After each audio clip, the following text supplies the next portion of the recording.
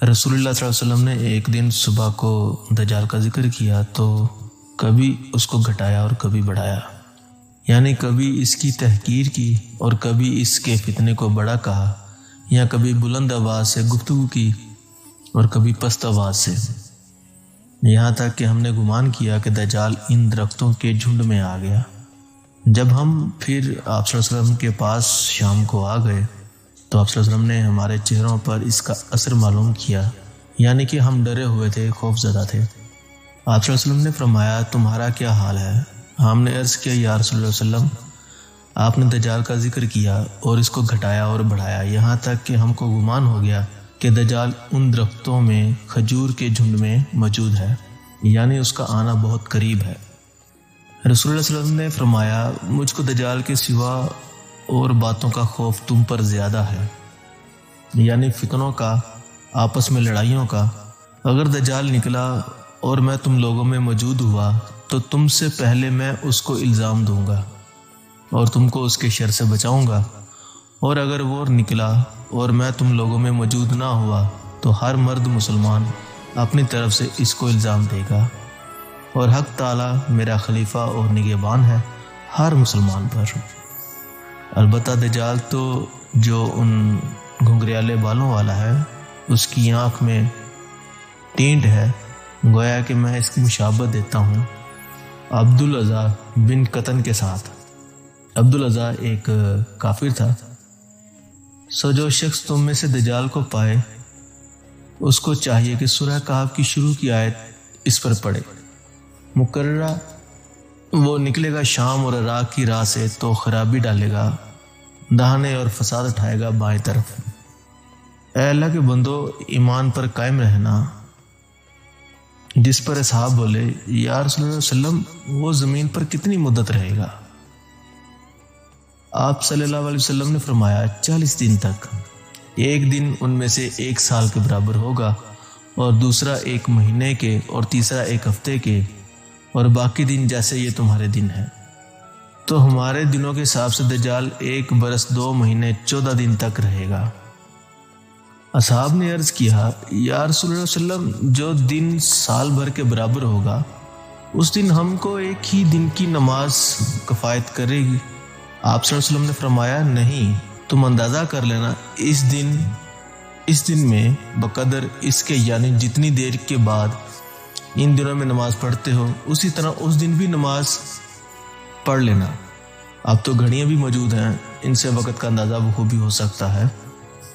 نبی رحمۃ اللہ نے کہا، اگر آپ صلی اللہ علیہ وسلم یوں صاف نہ فرماتے تو قیاس یہ تھا کہ اس دن صرف 5 نمازیں پڑھنا ہی کافی ہوتی، کیونکہ ہر دن رات میں خواہ کتنا ہی بڑا کیوں نہ ہو اللہ تعالیٰ نے 5 نمازیں فرض کی ہیں، مگر یہ قیاس نص سے ترک کیا گیا ہے۔ اور ترجمہ کرنے والا کہتا ہے کہ ارض تسعین میں جو خط استوا سے 90 درجے پر واقع ہے، اور جہاں کا افق معدل انہار میں 6 مہینے کا دن ہے اور 6 مہینے کی رات ہوتی ہے، تو 1 دن سال بھر کا ہوتا ہے۔ پس اگر بالفرض انسان وہاں پہنچ جائے اور جیے تو سال میں 5 نمازیں پڑھنا ہوں گی۔ اصحاب نے عرض کیا، یا رسول اللہ صلی اللہ علیہ وسلم، اس کی چال زمین پر کیوں کر ہوگی؟ آپ صلی اللہ علیہ وسلم نے فرمایا، جیسے وہ می جس کو ہوا پیچھے سے اڑاتی ہے، سو وہ ایک قوم کے پاس آئے گا تو ان کو کفر کی طرف بلائے گا، وہ اس پر ایمان لائیں گے اور اس کی بات مانیں گے، تو آسمان کا حکم کرے گا کہ وہ پانی برسائے، اور زمین کو حکم کرے گا وہ ان کے گھاس اور اناج اگائے۔ تو شام کو گورد یعنی جانور آئیں گے، پہلے سے زیادہ ان کے کوہان لمبے ہوں گے، تھن کشادہ ہوں گے، کوکھیں اتنی ہوں گی، یعنی خوب موٹے ہو کر وہ آئیں گے یا ہو جائیں گے۔ پھر دجال دوسری قوم کے پاس آئے گا، ان کو بھی کفر کی طرف بلائے گا، لیکن وہ اس کی بات کو نہ مانیں گے، تو ان کی طرف سے ہٹ جائے گا، ان پر قحط سالی اور خشکی ہوگی، ان کے ہاتھوں میں ان کے مالوں میں سے کچھ نہ رہے گا، اور دجال ویران زمین پر نکلے گا تو اسے کہے گا، اے زمین اپنے خزانے نکال، تو وہاں کے مال اور خزانے نکل کر اس کے پاس جمع ہو جائیں گے جیسے شہد کی مکھیاں۔ پھر دجال ایک جوان مرد کو بلائے گا اور اس کو تلوار سے مارے گا اور 2 ٹکڑے کر ڈالے گا، جیسا نشانہ 2 ٹوک ہو جاتا ہے۔ پھر اس کو زندہ کر کے پکارے گا، سو وہ جوان سامنے آئے گا، چہرہ دمکتا ہوا اور ہنستا ہوا ہوگا۔ دجال اسی حال میں ہوگا کہ ناگہاں حق تعالیٰ عیسیٰ بن مریم علیہ السلام کو بھیجے گا۔ عیسیٰ علیہ السلام سفید مینار کے پاس اتریں گے اور دمشق کے شہر میں سے مشرق کی طرف زرد رنگ کا جوڑا پہنا ہوگا، اپنے دونوں ہاتھ دو فرشتوں کے بازوؤں پر رکھے ہوں گے۔ جب عیسیٰ علیہ السلام اپنا سر جھکائیں گے تو پسینہ ٹپکے گا، اور جب اپنا سر اٹھائیں گے تو موتی کی طرح بوندیں بہیں گی۔ جس کافر کے پاس عیسیٰ علیہ السلام اتریں گے اس کو ان کے دم کی بھاپ لگے گی، وہ مر جائے گا، اور ان کے دم کا اثر وہاں تک پہنچے گا جہاں تک ان کی نظر پہنچے گی۔ پھر عیسیٰ علیہ السلام دجال کو تلاش کریں گے یہاں تک کہ اسے ڈھونڈ لیں گے۔ اس کو باب لد پر، شام میں ایک پہاڑ کا نام ہے لد، اس کو باب لد پر قتل کریں گے۔ پھر عیسیٰ علیہ السلام ان لوگوں کے پاس آئیں گے جن کو اللہ نے دجال سے بچایا، سو شفقت سے ان کے چہروں کو سہلائیں گے اور ان کو خبر کریں گے ان درجوں کو جو بہشت میں ان کے رکھے گئے ہیں۔ درجوں یعنی درجات، جو ان کے وہاں پہ درجات ہوں گے ان سے وہ ان کو خبر کریں گے۔ وہ اسی حال میں ہوں گے کہ اللہ تعالیٰ عیسیٰ علیہ السلام پر وہی بھیجے گا کہ میں نے اپنے ایسے بندے نکالے ہیں کہ کسی کو ان سے لڑنے کی طاقت نہیں۔ تو پناہ میں لے جا میرے مسلمان بندوں کو طور کی طرف، اور اللہ بھیجے گا یاجوج اور ماجوج کو، اور وہ ہر ایک اونچائی سے نکل پڑیں گے۔ ان میں سے پہلے لوگ تبرستان کی دریا پر گزریں گے اور جتنا پانی اس میں ہوگا سب پی لیں گے۔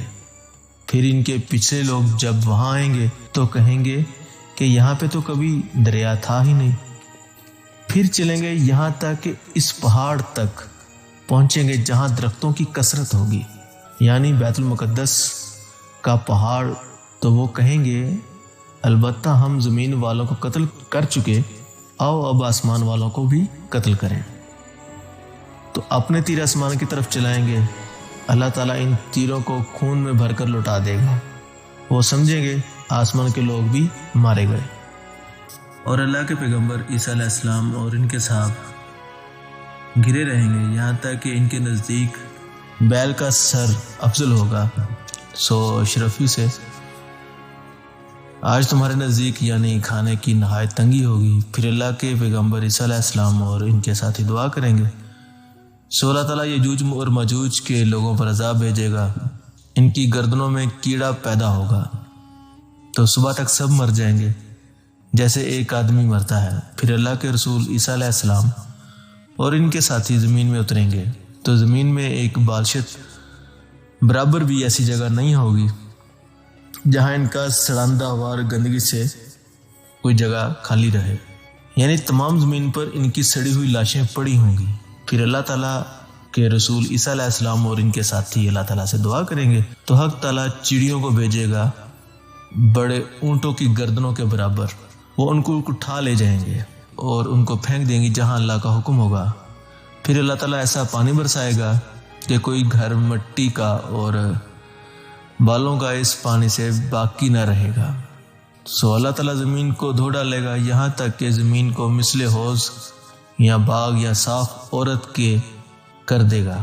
پھر زمین کو حکم ہوگا کہ اپنے پھل جما اور اپنی برکت کو پھیر دے، اور اس دن ایک انار کو ایک گروہ کھائے گا اور اس کے چھلکے کو بنگلہ سا بنا کر اس کے سائے میں بیٹھیں گے، اور دودھ میں برکت ہوگی یہاں تک کہ دو دھار اونٹنی آدمیوں کے بڑے گروہ کو کفایت کرے گی، اور دو دھار گائے ایک برادری کے لوگوں کو کفایت کرے گی، اور دو دھار بکری ایک جدی لوگوں کو کفایت کرے گی۔